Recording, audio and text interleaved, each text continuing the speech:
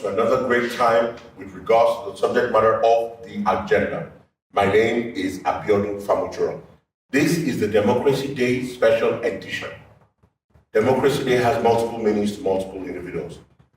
Once upon a time, our Democracy Day was May 29.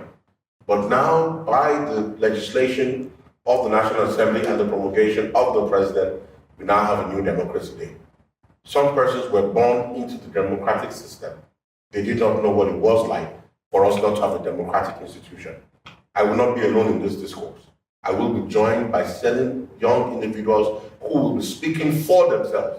And this will go to the meat of our conversation in today's program. Please take note. I have with me Femi Oyewumi. You are very much welcome. Thank you for to this wonderful conversation. And with him is Olumide Ibukunle. Glad to be here. Olumide Ibukunle joining us for the first time on the Agendas platform. He's a financial analyst and he's speaking fundamentally in his own personal capacity. I'm not going to make reference to where he works. I know you can Google that. But now, let's go into the subject matter of today. June 12, 2021. It has been 22 years of a sustained democratic experience. I am not going to make reference to whether it has been fantastic or not, because I leave that conversation engagement to the members of this team. Femi, 22 years of democratic experience. Good, bad, interesting. What is your summation?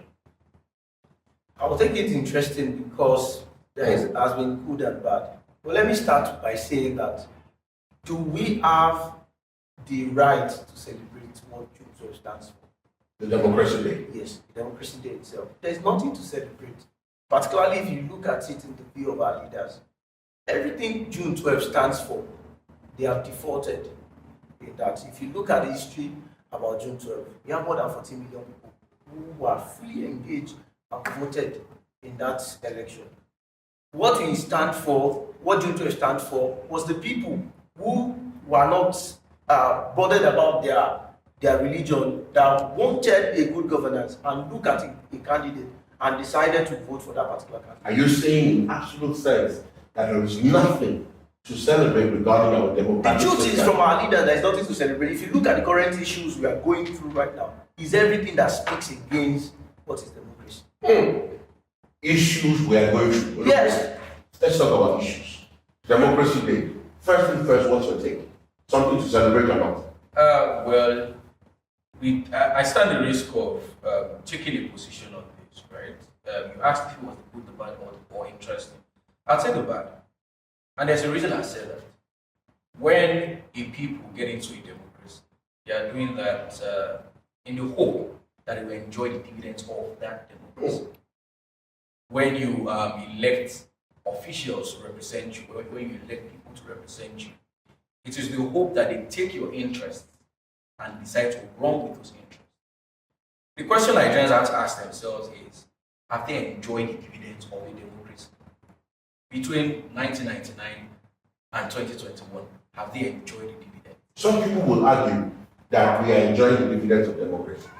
Let me explain that to you, Right. because I need you to be able to report this. You've used the word dividend. Right. Please note that. That is a financial term in company management. So let us take Nigeria as a company.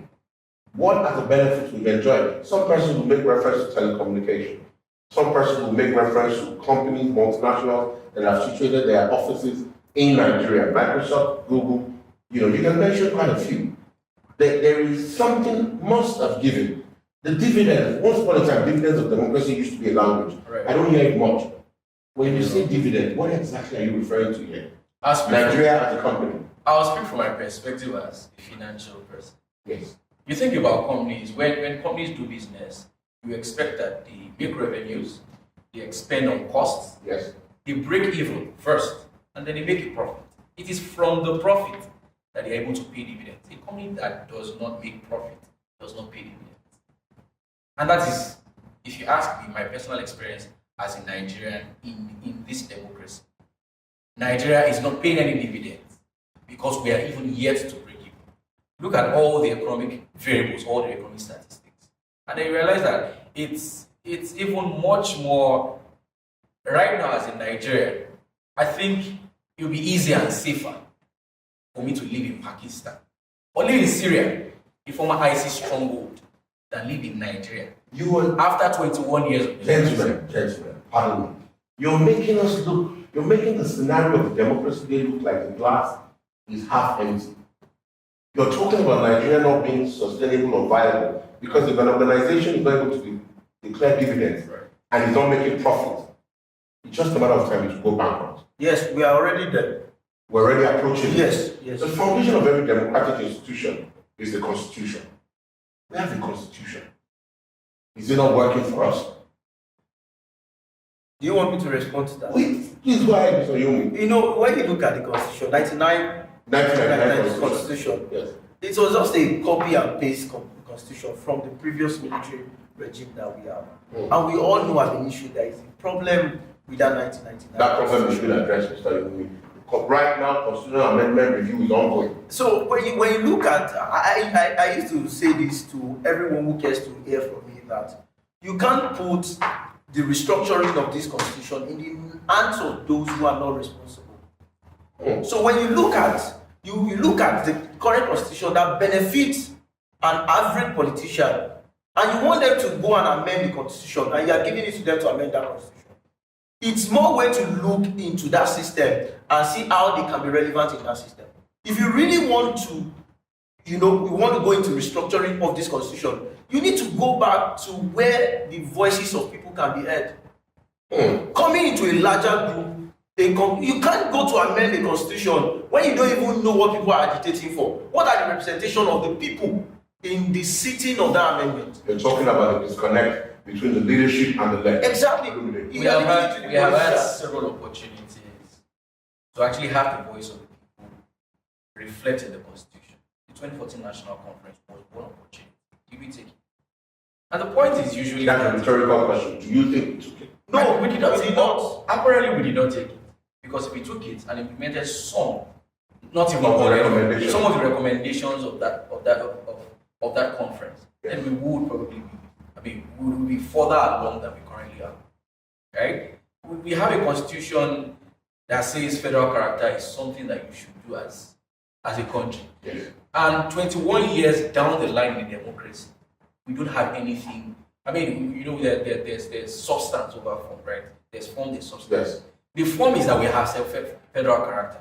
But the substance is that there is no such thing as federal character.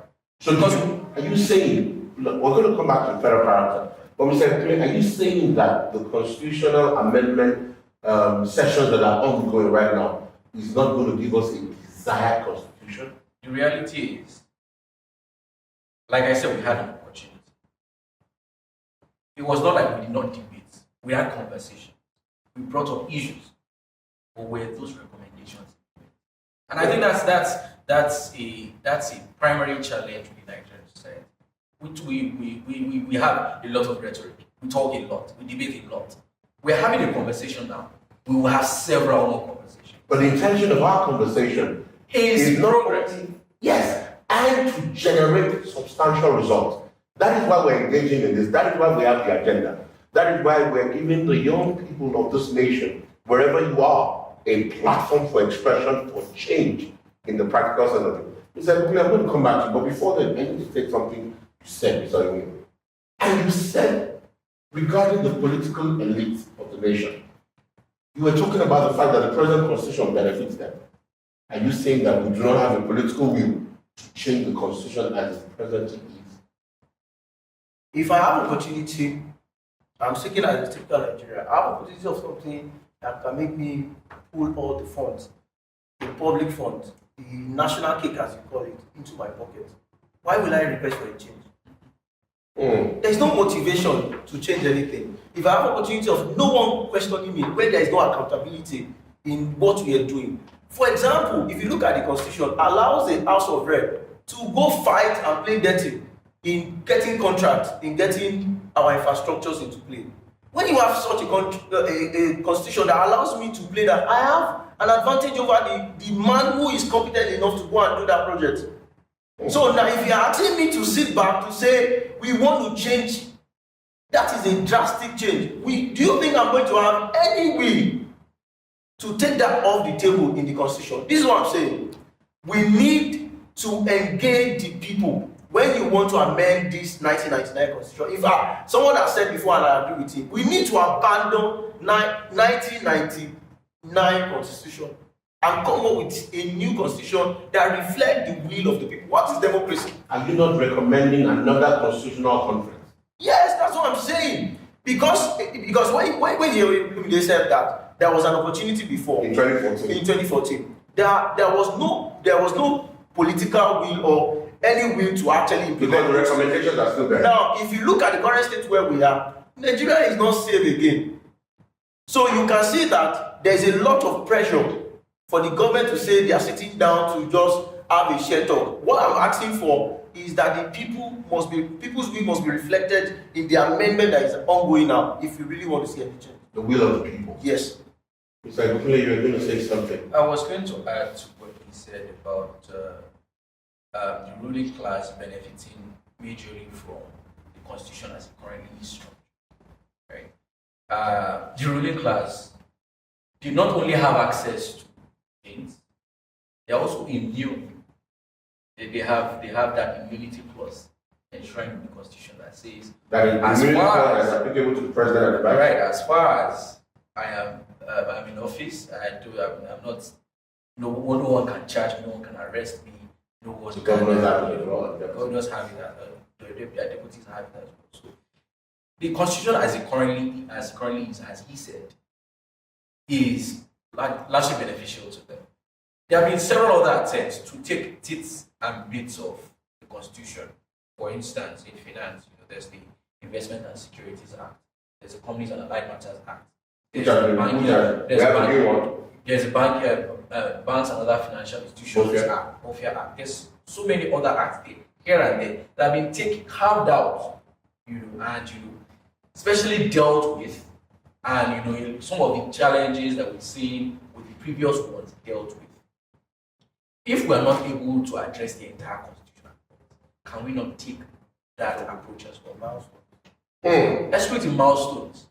Today we focus on human rights. Tomorrow we focus on the penal code. Another time we focus on federal character as it is. And yet another time we focus on how do we distribute revenues that are made in the country. Distribution of wealth. Yes. I'm going to come back to that. Wherever you are joining us, all over the world, watching this production, my name still remains Abiodun Famujo. We're going to take a short break. When we return, wealth distribution. The poor getting poorer, the rich getting richer. Where are you, Nigeria? And where are the Nigerians whose life have appreciated in the last 6 years? Join us again.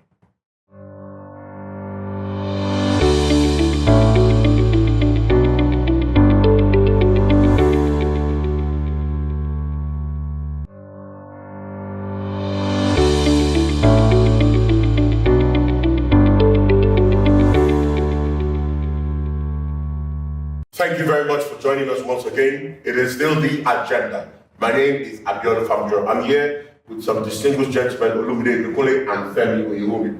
And we've been talking about Democracy Day. Is there something to celebrate? Are we celebrating the good, the bad, or the interesting? The conversation has been intense. Back to the subject matter of distribution of wealth. Internal generated revenue. We have 36 states. We have the federal at the center. If wealth is not being distributed, who is to blame? Some states are more viable. Let's start with you. Perhaps I should say if wealth is not being distributed equitably. Right. Why do you say that? We have regions of this country. We all know, I don't know how to state it. We have regions of this country that make all of the money. And some other regions that spend all of the money. We have a region that makes money and a region that spends the money. That's We charge VAT on everything, on goods and services. Yes. There is a region that does not allow you to sell certain items, alcohol, tobacco products. They generate nothing on that end. But other aspects, other parts of the country make money from tobacco, make money from beer and all those things, right? VAT is charged, and when VAT is to be distributed, it is distributed across the country. Why have they not been excused distribution of VAT that arises from those items. Okay. Why I'm getting somewhere. There's a region in this country that produces pretty much all of the oil that the base of this economy is on. Yes, you distribute that revenue every month, everyone goes to the FAN to the fact meetings. That money is distributed. You give them an additional amount, you call it derivation, 13%. And that's where it all ends. Meanwhile, there's some regions in this country that are almost not productive at all. Almost. Without those fact allocations, those states are going down. They do absolutely nothing. Let me take you up from that last conversation. Are you making reference to the fact that some states within the Federal Republic of Nigeria are not viable? That's the point I'm making. But you do understand that there are agitations for more states. That is so. Before we get into the conversation about agitation for more states, yes, right? More states. I think we need to address the issue of wealth creation and wealth distribution first. If we create more states, what happens? We all still go back to the fact meetings, distribute money amongst ourselves, and everyone goes back. Zero incentive to go back, think, do business, and be viable as a state. There's a root cause. I have to interrupt you there. There's a root cause. The constitution we presently have encourages this system to operate. Right. The incentive is from the constitution. And that is why we said the first step in this conversation is a constitutional amendment, a total overhaul of what we currently call a constitution. It is not a constitution that we should live and work with as a nation in 2021. Yeah. And what democratic practice are you recommending that we engage in? Because a lot of, from 1957, the constitution we had before we became a republic, became a nation, which some people have adjudged to be the best constitution that we had, based on the fact that it was engaging, it was involving, we had our voices heard, which took us to the parliamentary system of government. That's another dynamic. The constitution talks about the federal system of government that is massively expensive and wasteful, at least for us in Nigeria. If we're going to deal with the constitution, we need to sign off on this constitutional matter, because everything comes back to that foundation. If the foundation is wrong, nothing you build on it will stand. Absolutely. You know when you look at the true federalism, of the production, we've had conversation around having a true federalism. If you look at the nations that federalism is working, take example the USA.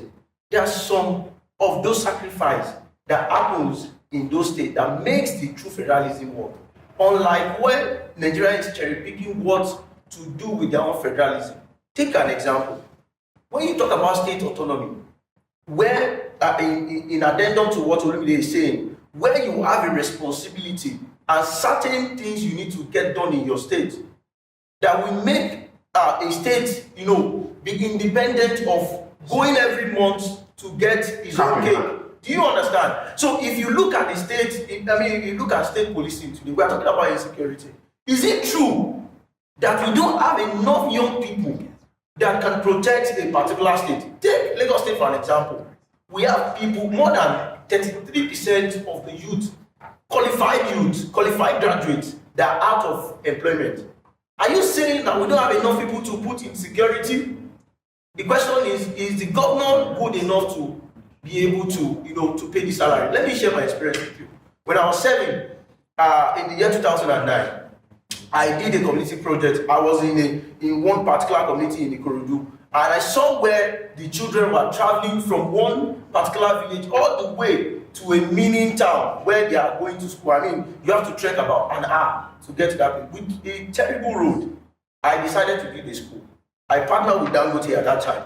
In Ikorodu, there is a Dangote refinery in Ikorodu, sugar refinery there. I partnered with them and built the school. I engaged, I don't want to mention the name of the rep at that time. I engaged one of the leaders in that place. Do you know what the local leader told me? He said, who is going to be paying the salary now that I've gone to build a school? Who will be responsible for paying the salary?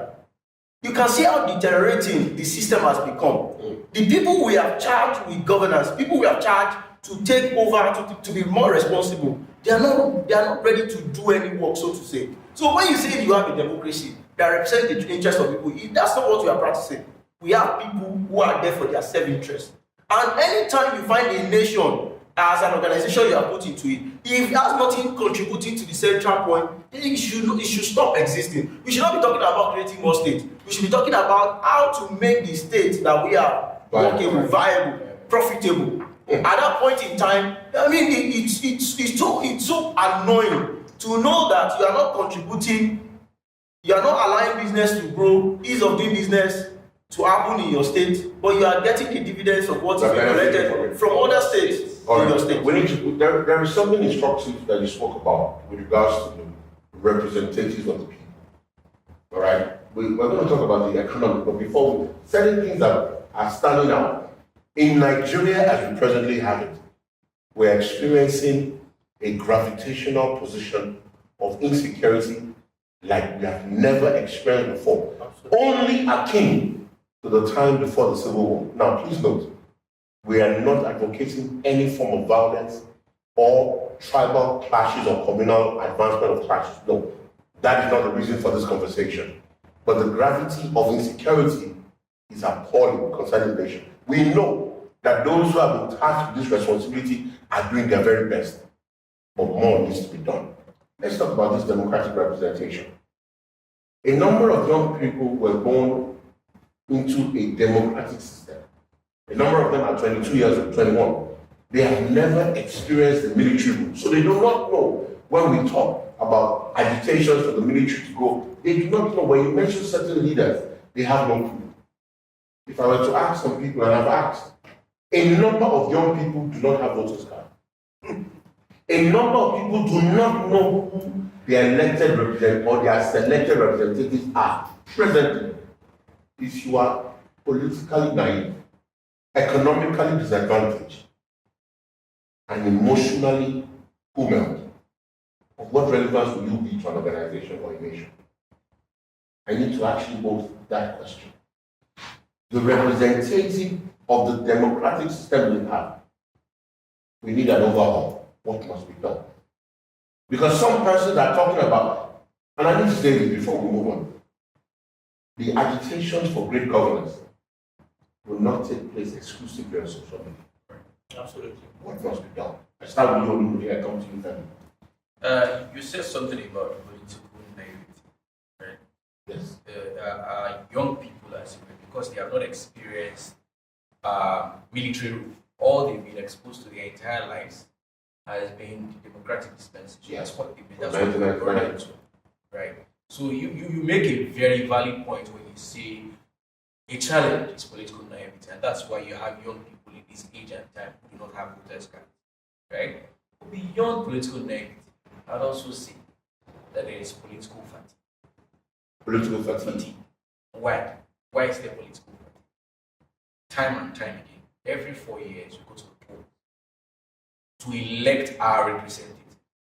What happens eventually? We find out that the people we elect are not the people we get people foisted on us. And so you have an entire generation of people who are, well, who do not just choose to be naive, who do not choose to be naive. We have a generation of people who have become fatigued, who have become disillusioned with the system and believe that it would not work regardless of what their efforts are. If that is the case, I think that is where we need to start. Those who are politically fatigued, Mr. Kupule, are not the born Democrats. Right. The born Democrats have been there for 22 years.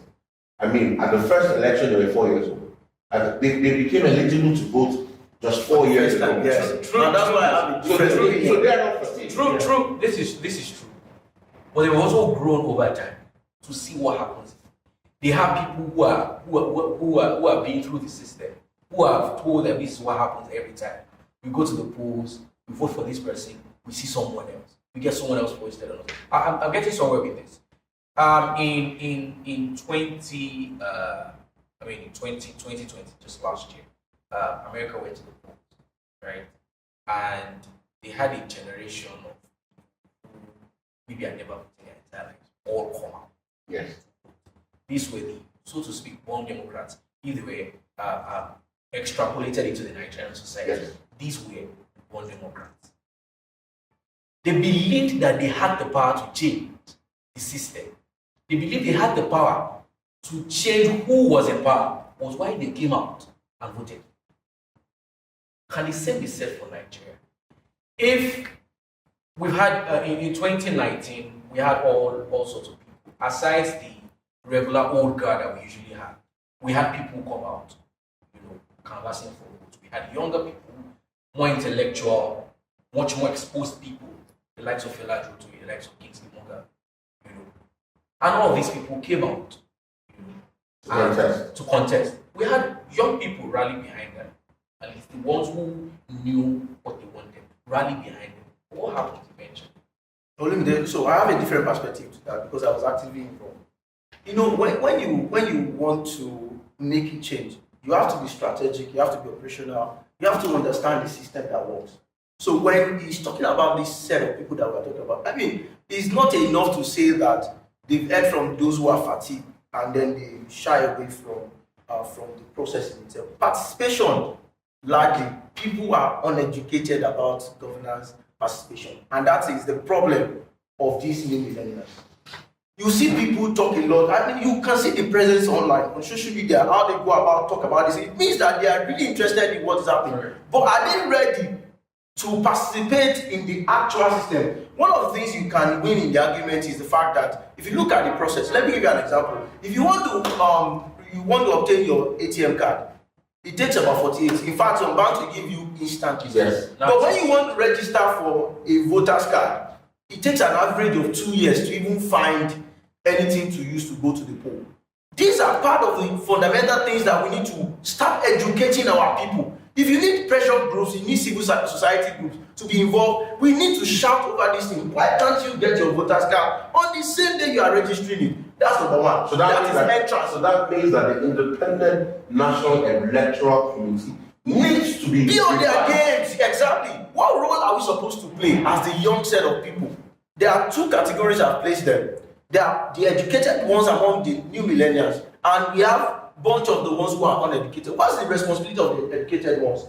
We need to try as much as possible to engage those people. I've said it before, you don't need to go to federal on this, you don't need to go to state on this. In your local community, you need to find your sphere of influence and educate them the reason why we cannot afford to have a military government. Because they don't know the story, they don't have the history, they don't know the implication. So they need to engage them to know this is your way. You are asking me if we believe we can change those in power. I absolutely believe so, because I'm spending the last decade on this. We can change the government if the people in this case can participate in the election. To say yes. But before you do that, okay, I'm going to do a short moment because we're going to be going to another short break. So try not to forget what you were about to say. Because we're going to start from you. Mr. Yomi, I need to say something very interesting. The Nigerian out there looking at us, listening to us, he's saying to me, and I can hear you, I am hungry. I am tired. Inflation has affected my financials. Foodstuffs in the market, what I take to the market cannot buy food. So you are telling me to go and queue to vote? He that is hungry can easily be manipulated. We're going to continue this conversation. I still remain Abiodun Famujuro. It is the agenda, the Democracy Day edition. Stay with us.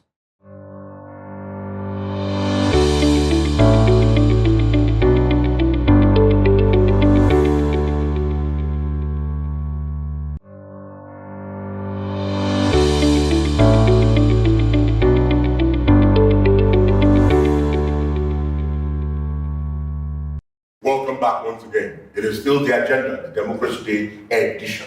My name is Abiodun Famujuro. I spoke about the subject matter, the man that is hungry can easily be manipulated. But Olumide, you're about to say something very emphatic before we went for the short break. Right. I stand the risk of sounding very pessimistic. Unfortunately, it appears that that's what the Nigerian society does. Right. You said something about participation. While I do not rule out the validity of that, the point I was about to make was that does it appear that the Nigerian system as it currently is rigged? Everything is rigged against Everything? I think that's it, very good. And there's An answer. I have well, maybe not an answer, but maybe something to put that in context. I want to register to. Why does it have to take 2 years? I remember my experience at the last election before I got my permanent What's this guy? You know how many hours you have to queue under the sun. After going through all of those processes, you still have to. You literally have to take days off work to ensure that you get it. And so the point is it that we do not want to participate? I do not think that is the challenge. I don't think the challenge is that we don't want to participate or we intentionally choose to be naive. It is because, to a very large extent, a lot of the systems are ready. And my answer to that, right, so because at this point, rather than discussing the problems, we should actually be chatting the way forward, right, is that we know the body is responsible for some of these things. And we need to put the pressure on them from the get-go. An election has just ended in 2019. That's gone. There will be an election in 2023. Hopefully, there will be an election in 2023. When it happens, immediately we need to get INEC to begin to register voters again. And this is not the case of register them and let's go through the same entire process again of registering in 2023 and getting my voters card in 2025. No. This is the part where everyone needs to begin to put pressure on their local representatives. It seems that a lot of Nigerians have actually forgotten that they have representatives at the grassroots who they can pressure. You can make all the noise that you want to make. You will not get to the president. There are local representatives that we have at the state houses of assembly, at the Senate, at the National House of Representatives. We have these people there. We can put that pressure on them. They come back to their constituencies occasionally. Form groups of people. Let's go and have conversations with them. This is what we want. INEC is not waiting till 2025 to begin registering voters, where we know we have an election in 2027. They begin now. The election has just ended. They begin now. And this is 2023. Technology has moved beyond you register and wait 2 years. Why are we not leveraging technology to ensure that people register to vote and immediately have that right, have what it takes to vote? So, if I'm hearing you correctly, Mr. Mclean, is that the institutions of governance, right, the institutions of electioneering need to step up. We need to hold them to account. We need to In holding them to accountable, we must profess solutions to them. Right. Technology, for example, many countries of the world, developed nations of the world, they do not shut down. They don't shut down when they are voting. When they are voting, because they can do We mail-in declare ballots. publicly when we want to vote. They can do mail-in ballots. They can Correct, and people can start voting earlier. Mr. Ayomi. So when you talk about, I like the fact Hungry. that you mentioned hungry. If you look at the situation of the country currently, the first person that has, informally informed us about 2023 is from the same old generation, because they know what they are doing. That hunger you mentioned is one of their strategies. It's a weapon. Yes, to get the people. What I'm still saying is that the same hungry man, young hungry person who does not have a job, who is very vulnerable, needs to channel that energy. It's a negative emotion, but he needs to channel it positively by engaging, starting from his own community. Mr. Ayomi, you talk about young people engaging social media. There is a reality program in Nigeria that has swept the nation by storm, where young people believe that they can access fame and power. And they have it. Last year, the voting on those platforms were massive. Auditions are going on right now. The number of people that want to make it into that reality program is massive. Where are the young people that are talking on social media? So again, Where are they in the reality for electioneering matters? So again, if you look at it, the value system of each and every one of these young people really matters. When you talk about the reality shows, there is a form of compensation they get from all of this. And that's why someone will pick his phone and pay 13 naira for each vote. Can anyone pay 10 naira to vote anyone into office? No. From this same generation. It means that there's something wrong with our value system, which we need to do a lot from our own. See, a Chinese man will not come to Nigeria to change Nigeria. We need a Nigerian. Like this platform you are putting on, I'm so excited to come because I know I have an opportunity to inspire one person who can do the same thing I'm doing in my community. What am I doing differently? I go to these guys to let them know that you have no place to go. By the grace of God, I've traveled to other countries of the nation, but I knew I'm a second citizen in those places. Even right from my colors. I am being checked twice because I'm a black person in a white community. And I want them to know that in Nigeria, you have that freedom of expression. I'm inspiring the people in my community. Do you know, it's not a skyrocket or a rocket science in changing all of these things. You just need the right set of people that you can talk to in your community in bits. And then let me let you know that in terms of participation, it may not happen in 2023. It's a process because you are dealing with people in power for more than 40 years. Are you saying, Mr. Yomi, that as at 2021, we are late for change for 2023? We are late already. We are late. I don't see anything drastically changing in 2023. I know there is uprise, there is a lot of agitation right now. But the truth is that if Nigeria doesn't break, I don't see that happening. I don't see that split happening. We are still going to have the same old system that is going to take power in 2023. That is a fatalistic, pessimistic position. You are talking about the young people rising up and they are watching us. This is what I'm saying. If you tell me, young man, nothing can happen, 2023 is concluded, then why should I get what other? I'm saying that if they continue in this same value system, remember I was talking about the value system.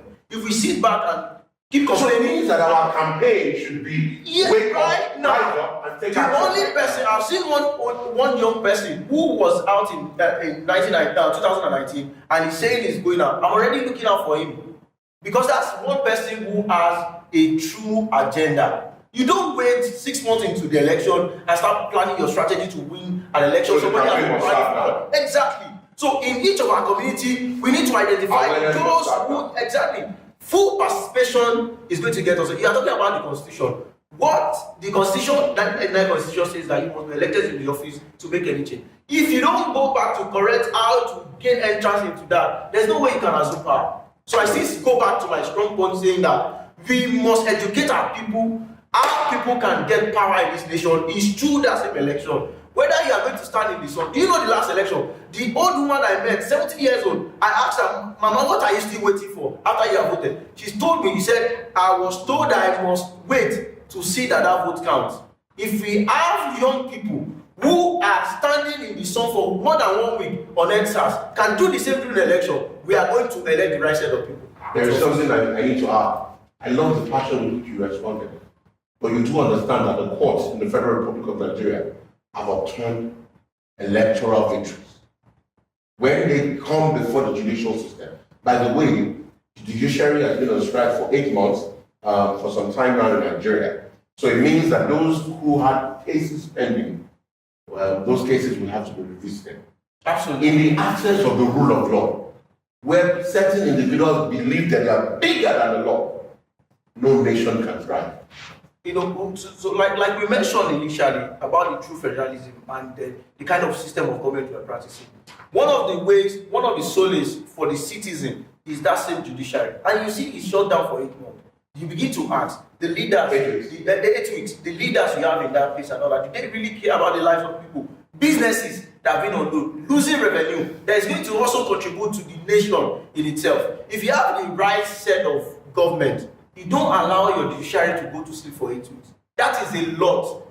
And the Bible says that by their fruit you shall know them. You can already tell the kind of posture, the kind of agenda they are trying to push. Again, we need people. So I'm always talking to the young people. We have people in that capacity. If you ask them, do you still want to practice law? We have many lawyers who are doing other things because of frustration in the nation.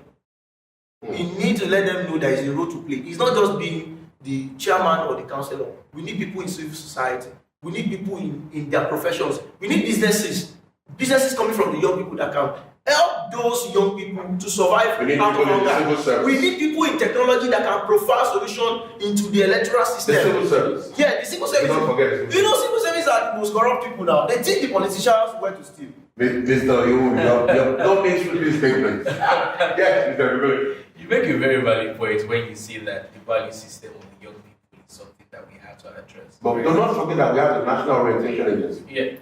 That is responsible for shaping. Responsible. Who is leading that? responsible, but Who is leading that? Who is leading that national orientation? I was getting In Nigeria. In Nigeria. I was getting there. You say that they are responsible, but irresponsible. Leave that aside.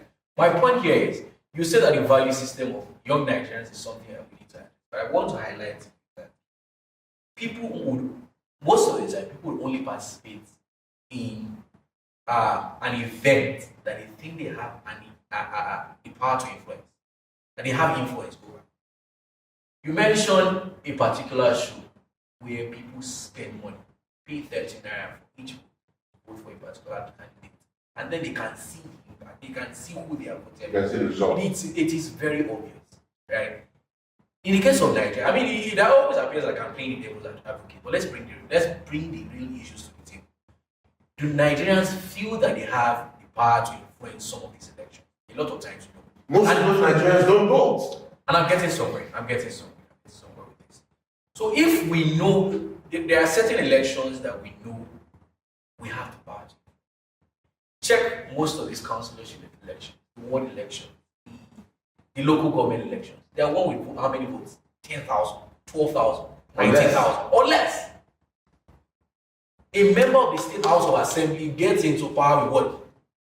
You have 10,000 votes, you are as good as elected. So you can see the low-hanging fruits. Which many people are not The approaching. low-hanging fruits are in our communities. And that's why it is also important to reiterate what we said earlier about regardless of what it takes, go and get your voters. Absolutely. You might not be able to, like Femi Oyewumi said, you might not be able to influence what happens at the center in 2023, but you definitely have a say in what happens in your local community. With your own vote, with your mobilization efforts, getting everyone around you to go out there and vote. Get your 10,000 in your community, get the person who you know, who you have tested, who you are sure will do what he needs to do, what needs to be done. When you have more people like that, it's a case of eventually in the legislature, when you check most of the time, it's always a game of numbers.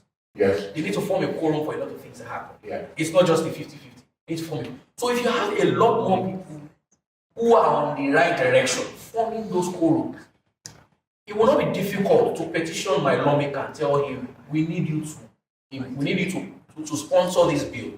This is why we're asking you to sponsor this bill. Because he's thinking the same direction as you are thinking. He'll be able to do it. But of course, he needs the support. He needs quorum from his colleagues. If you don't have people like him in power, it will be difficult to pass a lot of these things. From wherever you are in Nigeria, wherever you are, in your local community, have at the back of your mind that all you need is probably 12,000 or 15,000 or at most 20,000 to get the right people. You see, a lot of things would happen if we had the right people in the legislature.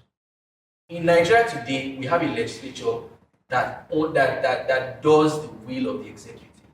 What we know is what we know in government, in basic government, is that the legislature was set up as a check, to the executive. Same as the judiciary. To be honest, what we have right now is a legislature that has become part and parcel of the executive, that does only the biddings. So there's no independence. There is absolutely no independence. So if we really want to effect change, you see, we talk about constitutional amendment. If we really want to effect even that constitutional amendment the way it should happen, it is with the right people in the legislature. And we need, like I said, only 20,000 people in most cases to get those people into the legislature. Mr. I have heard you. Nigerians are hearing you. The office of the citizen of Nigeria needs to be amplified. Nigeria is dealing with a lot of challenges, from insecurity to the challenges with the ease of doing business, with agitations about ethnic recognition and nationality. We're in very much precarious times. But it is our expectation that this discourse today has highlighted the realities of what is possible. For those who are watching us and listening to us wherever you are in the world, the question some people will ask is, when is diaspora going to vote? When are we going to embrace technology for the advancement of this nation called Nigeria? I believe in a great nation. I believe we're exceptional people. That is the reason why when you find Nigerians all over the world doing exploits, We have survived 2 recessions within the last 6 years. We are primed to do awesome things. For those who have given up, I appeal to you, do not give up on this nation, because it's not over. My name is Abiodun Famuchiro. I want to say a very big thank you to everyone who has been part of today's broadcast, from Olumide Ikunle to Femi Iwu. 2023 beckons on us. It is our expectation, my expectation, that it will usher in a new wave of leaders. Everything rises and falls on leadership, and that is one of the challenges that we're having as a nation. Are we demanding enough accountability from those who are leading us? Are we allowing our voices to be heard? Are we permitting the place of silence and fear to override us? We want Nigeria to be, as we have posited severally, remain the giant of Africa. Please, tonight when you go to bed, at any point in time, say a prayer for this nation. Light a candle. Talk to God and let Him know that Nigeria is in desperate need of prayer. Thank you very much for joining us on this broadcast. So we'll come your way. Believe in Nigeria. We have overcome. Bye for now.